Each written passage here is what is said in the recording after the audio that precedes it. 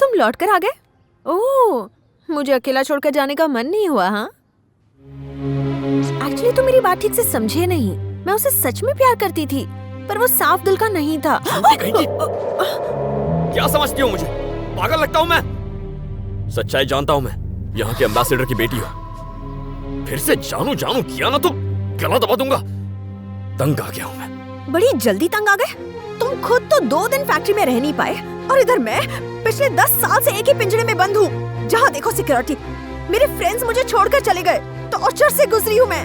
अब नहीं झेल सकती। अपनी जिंदगी अपने तरह से जीना चाहती हूँ। ये गलत है? मुझे इंडिया अकेले जाने से डर लगता था, तभी मुझे तुम मिल गए। सोचा तुम्हारे सहारे हैदराबाद में सविता से मिल पाऊंगी। गांधी हॉस्पिटल में डॉक्टर है वो। मैंने भी मेडिसिन पढ़ी है, तो सोचा कि उसकी हेल्प से वहाँ सेटल हो जाऊंगी। अगले 2 दिनों तक अगर मैं अपने डैड की सिक्योरिटी से बच पाई तो आजाद हो जाऊंगी। प्लीज मेरी हेल्प कर दो राम। हेल्प चाहिए? मिल जाएगी। उसके लिए 10,000 यूरो चाहिए। 10,000? मजाक कर रहे हो? कहाँ से लाऊंगी मैं इतने यूरो? फ्लाइट के 2 टिकट निकालने हैं ना। तुमने तो कहा था, तब कहाँ से लाने वाली थी? राम, ये बहुत रिस्की है। लास्ट मिनट पर ये आइडिया काम नहीं करेगा। इस चक्कर में हम फंस जाएंगे। इस चक्कर में मैं नहीं फंसूंगा, तुम फंसोगी। जब से पेरिस आया हूँ फंसने फंसाने का चक्कर ही चल रहा है। मैं डायरेक्टली जाकर तुम्हारे डैड से मिलूंगा, लेकिन पासपोर्ट के लिए नहीं, तुम्हें परमानेंटली फंसाने के लिए। सोच लो, डील और नो डील। यूनिवर्सिटी कैंपस के मेन बिल्डिंग में जाना। जैसे ही अंदर जाओगे, राइट साइड की सीढ़ियों से फर्स्ट फ्लोर पर जाना। हॉल के अंदर कई मूर्तियां लगी हैं। राइट से चौथी एल्बर्ट रिचर्डसन की मूर्ति है। उसके पीछे मेरे लॉकर की चाबी रखी है। Locker number 1133। उसमें एक पर्स है जिसमें मेरा एटीएम कार्ड है। शर्मिला कहाँ है? वो मेरे साथ है। तो जाकर उससे कहना जल्द से जल्द अपने घर चली जाए, नहीं तो अपने डैडी से फोन पर बात कर ले। पुलिस हम लोगों को टॉर्चर कर रही है। ओके।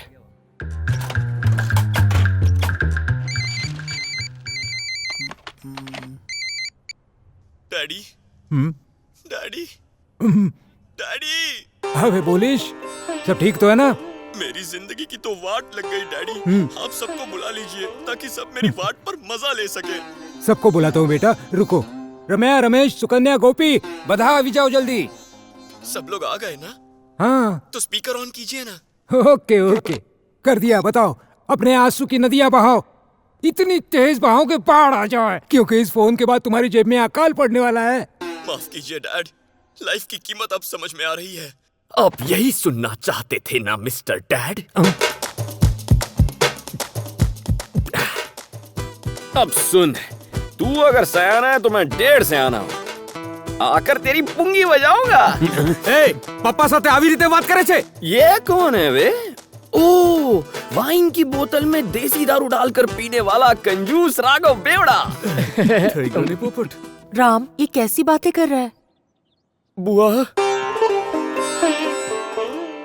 बोलो बेटा, बुआ, बोलो ना।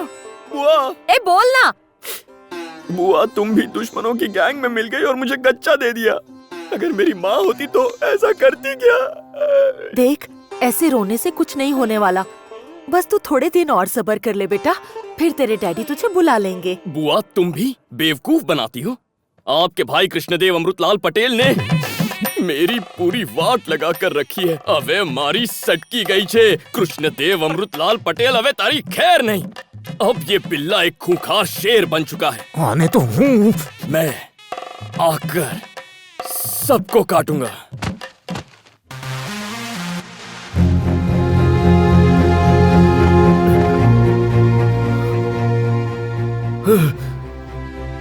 हम पेरिस घूमने नहीं गए थे क्या? सब खत्म हो गया। सारी मेहनत बेकार हो गई। 18 घंटों से तुम ऐसे ही सो रहे हो। तुम्हें जगा जगा कर मैं थक गई, पर तुम उठे नहीं। तुम्हें पासपोर्ट कलेक्ट करने के लिए 3 बजे पहुंचना था। इस समय 4 बजे है। 1 घंटे के अंदर एम्बेसी बंद हो जाएगी और 8 बजे की फ्लाइट है। हम नहीं पहुंच पाएंगे। हम पहुंचेंगे। राम, मैं तुम्हें डायरेक्टली एयरपोर्ट पर मिलती हूँ। तुम अपना पासपोर्ट लेकर सीधे वहीं पर पहुँच जाना। अगर मैं ना मिलूँ तो समझना मैं पकड़ी गई। मेरे लिए रुकना मत, तुम चले जाना। बाय राम। ऐसा नहीं होगा, हम दोनों साथ इंडिया जाएंगे, देख लेना। It should get circulated immediately. Okay sir. Hello uncle. हाँ, ठीक है। मैंने जिसका जिक्र किया था वो यही है। हेलो। डेविड से पूछो कि पासपोर्ट रेडी हुआ या नहीं। Sure sir.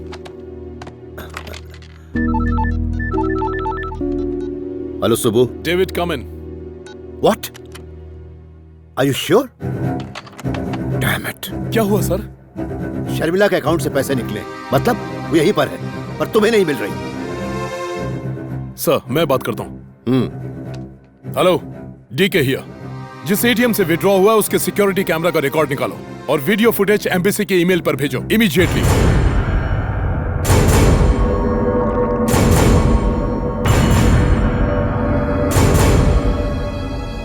सर 5 मिनट में पता चल जाएगा किसने पैसे निकाले। किसने से क्या मतलब है तुम्हारा? शर्मिला ने ही निकाला होगा। अंकल पासपोर्ट अगर बन गया ए, तुम यहाँ क्या कर रहे हो? बाहर रुको। बेटा हम लोग बहुत टेंशन में हैं। पासपोर्ट कल आकर ले जाना। लेकिन अंकल, मैंने मुझे तुमसे urgent- क्या कहा? I said get out.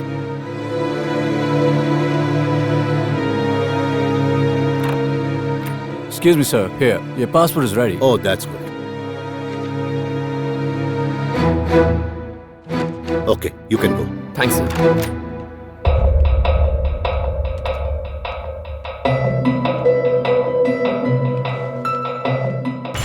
उसने तो चेहरा कैमरे से छिपा रखा है। डीके, मुझे तुम्हारी दोनों ही वजहें गलत लगती हैं। वो चोर नहीं है और ना ही उसका दोस्त है। तो फिर? आई थिंक वो इस लड़के से प्यार करती है। बचपन से लेकर अब तक शर्मिला के बारे में मेरा हर शक सही निकला है। All the passengers of flight number AI-103 are requested to proceed for security check. Thank you. Attention to housekeeping staff. Please report to the airport manager.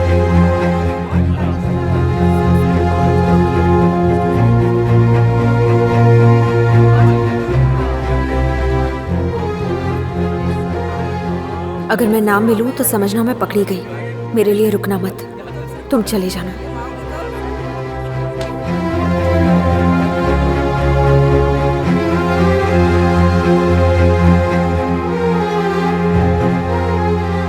Sir, please take your seat.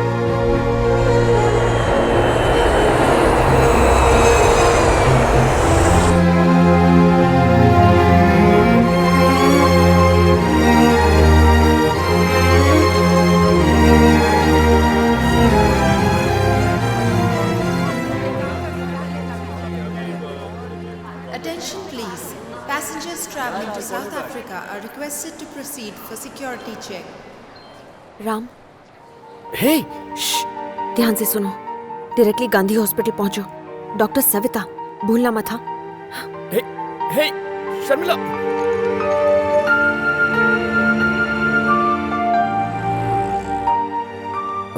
Excuse me, doctor Savita. First floor पर ICU ward में। Thanks.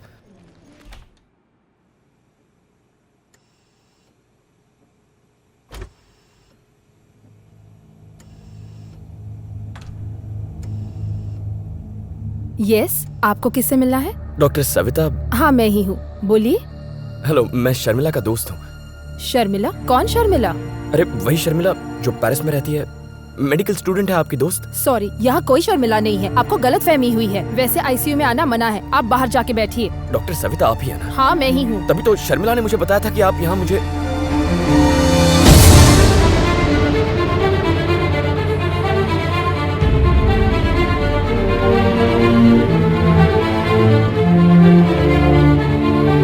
देखिए आप बाहर जाके।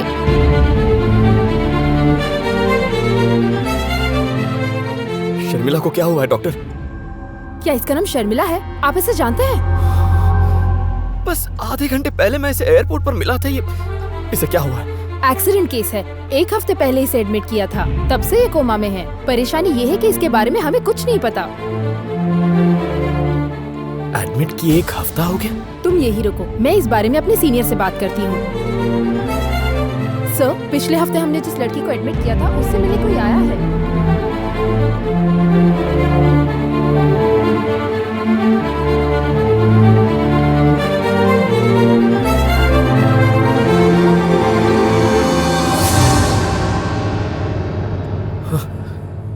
Thank God, तुम्हें कुछ नहीं हुआ। तो ये लड़की कौन है? तुम्हारी तरह दिखती है। मैं तुम्हें इतनी दूर से यही दिखाने के लिए तो लाई हूँ राम। तुम्हारी बहन है।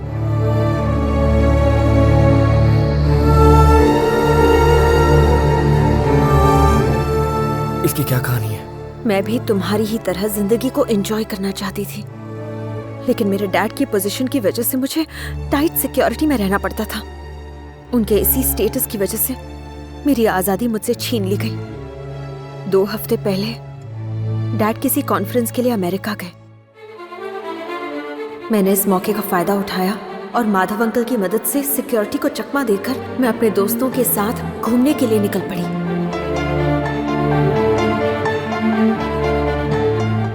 तभी मैंने डीके को इंडिया में बॉम्ब ब्लास्ट करने वाले टेररिस्ट सईद के साथ देखा।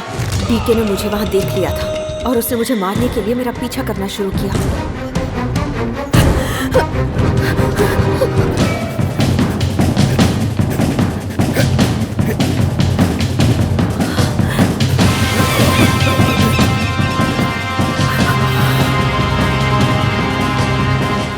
तुम्हें कुछ हुआ तो नहीं बेटा? तुम किसी और को फोन मत करना, क्योंकि सारा सिक्योरिटी नेटवर्क उसी के कंट्रोल में है। और डैड को तो इन्फॉर्म ही मत करना, वो तुम्हारा यकीन नहीं करेंगे। तुम नहीं जानती बेटा, टीके को मुझ पे भी शक है। तुम्हें निकालने के चक्कर में मैं भी पकड़ा जाऊंगा। मुझे बताओ तुम कहाँ हो?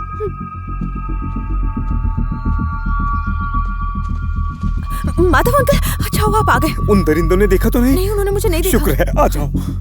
माधव अंकल को लगा कि पेरिस में रुकना मेरे लिए सेफ नहीं है, इसलिए उन्होंने मुझे इंडिया भेजने का इंतजाम किया। ये लो डुप्लीकेट पासपोर्ट, ये कल्पना के नाम से है। मेरी बात मानो बेटा, तुम्हें यहाँ से जाना ही होगा। घंटे भर में हैदराबाद के लिए फ्लाइट है। वहाँ एयरपोर्ट पे तुम्हें मेरा दोस्त पीटर आके पिकअप कर लेगा।